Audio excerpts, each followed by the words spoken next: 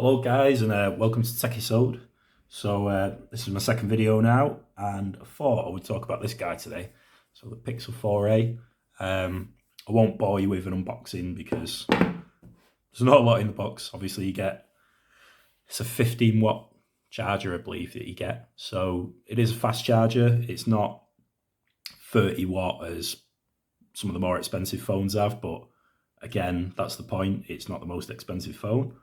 And it's, I don't know, maybe a bit boring, but it's USB-C to USB-C, which is a bit annoying actually if you ever want to plug it into a laptop because you don't have HDMI if you want to charge your phone or do file transfer. So you need another cable for that. I've had the phone now since December, and to be honest, I must have had at least 20 Android phones, I reckon, in the last 10 years, as probably most people, and iPhones. But this, for £350, it's an awesome phone. So they're quite a basic design. They're just black polycarbonate plastic. It's a single lens camera, but it's the camera from the Pixel 4, the full fat Pixel 4 as well, and obviously a flash. It doesn't have the dual lens like the 4A 5G or the Pixel 5. It's got a rear fingerprint scanner, which I've found probably the best scanner I've had on a phone. It's just so fast. So you just one touch, bang, you're in. I'll talk about this case in a minute as well, but if you get the right case, they have a contour on the back, so your finger just naturally goes for the fingerprint scanner then. Okay, so yeah, I've got a very busy home screen, but basically I had a Note 10 and I dropped it and smashed the screen. So I got paid out the money from the insurance company. They wouldn't give me a replacement Note 10, but I got £350 odd and thought, spent a long time working out what phone I wanted, and I wanted a really good camera phone, and obviously something within my budget. And I must say, this is an awesome camera, which I think is one of the main reasons you get a Pixel. The performance also, I'm very surprised. It's only a Snapdragon, I think it's a 620 or 630, I think 620, and it handles everything. I think because the software is optimized that well from Google, it doesn't need a massive, like 888 or whatever the best Snapdragon is now.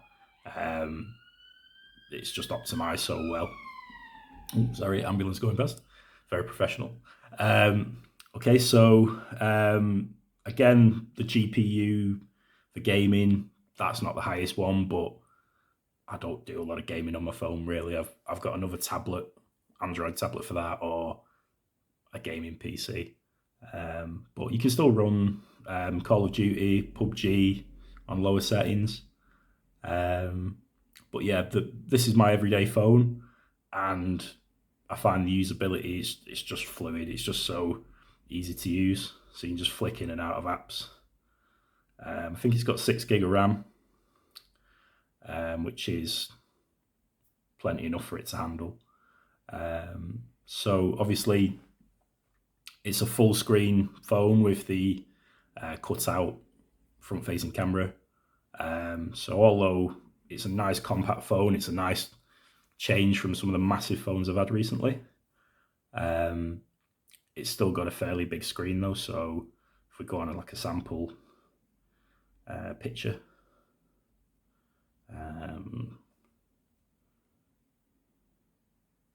helps if you can type.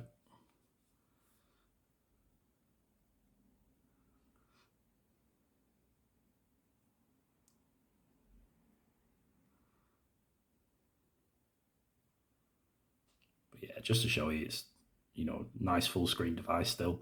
I don't think I'd be confident just using it without a case. I think you do need a proper case for it, but it still feels really sturdy.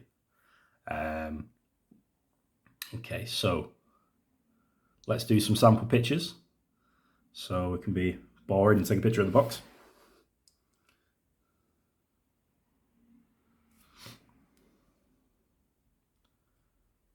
But the beauty of it, again, people are probably very familiar with the Google cameras now, but they're just point and shoot. You don't have to even adjust anything really. The software does it all for you. We'll bring Yoda over. Here he is. Lights off you. Control, you must learn control.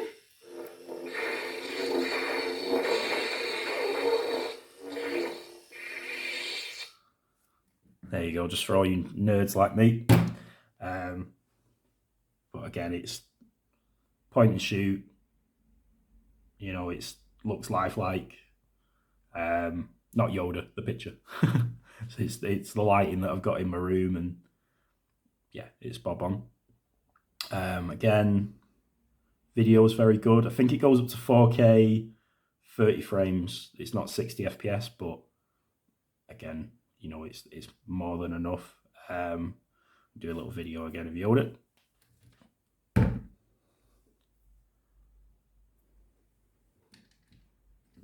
It is the future you see. Hopefully it won't get done by Lucasfilm or Disney for copyright, but never mind, let's have a go. You must complete the training. You must complete the trainings. Okay, so let's watch back. The speakers, it is dual speakers in that it's got the earpiece here, and then a downward firing one here. And to be honest, it's really loud compared to the Note 10 I had. I think it's louder than that. Obviously, you wouldn't listen to your music through it, but you know, if you're just watching a YouTube video or a movie on Netflix or something, it's you know, plenty loud enough. It is the future you see. Hopefully it won't get done by Lucasfilm or Disney for copyright, but never mind, let's have a go. You must complete the training. Anyway, that's enough of that. But yeah, just to show you again, you know, video camera's really good. The biggest selling as well with Google, I think, and it's going to get me locked in now with Google, is that you get unlimited video and photo backup. It doesn't back up to the full resolution you've recorded at, but it's still, if it's a video, it's 1080p. It's not 4K that you've recorded in. But your photos, again, they're still high quality. And then you can delete them off the device, or if you want to save some 4K ones, I just back mine up to my PC. But it's nice that you get all that storage there. You don't have to pay for it, whereas I think with Apple, you have to pay for iCloud storage over whatever it is, 10 gig, 15 gig. So yeah, that's again, big selling point for me. And just the size of it it's just a nice phone to have. And yeah, you know, I recommend it highly. So for $350, I think it's the best Android phone you can get. I was interested in the Poco phone, the X3, but I've read that they don't optimize the software very well. So although they've got a really good chipset, probably better than this, it just doesn't handle it. The software is not good enough. So you'll get a lot of stuttering, but this is just so smooth. So yeah, I think, you know, in 2021, I think the Pixel 5a, I think that's coming out pretty soon, but even if you got the 4a, I don't think the 5a is going to be much different. Maybe it'll have 5G, but I don't know about your area, but I can just about get 4G around here, and I think 5G is only in the big cities, so it's not really worth it yet. But yeah, like I say, if you want a really good camera phone, nice compact device, I think it's a bargain. You know, definitely recommend it. Okay, so just a little added one. I've got some cases to show you, like I said. So here's the Spigen Tough armour, as you can see there. So I think I've had this case for about 3 or 4 different phones now, because it's just such a cool case with the kickstand and the really tough. And like I say, after I broke my last device, I wanted something that I was going to be a bit more confident with. So it's got padding inside. I think these things inside here in the corners, it's got air cushion technology, they say. And then, yeah, again, you've probably had all these cases before, but they're dual layer ones. So you've got the plastic TPU outer, you slide your device in, then your polycarbonate hard plastic onto the back. Oh, there we go, kickstand. And then, which is quite nice, you've got two angles really with your kickstand, so more of a, if you sat at a table like here, or again, two angles for media consumption really.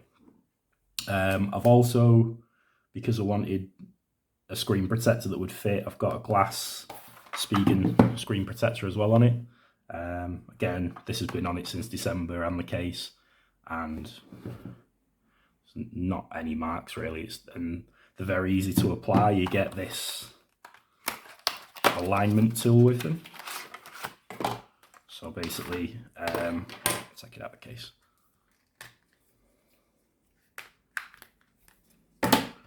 So it tells you where the top and bottom is, if you can see there. Oh, well, it tells you where the top is.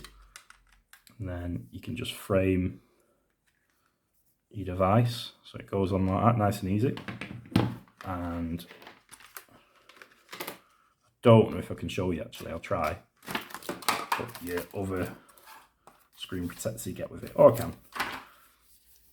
You basically just, you take the plastic off obviously here, but that just guides it in for you, so you're not getting it skew with.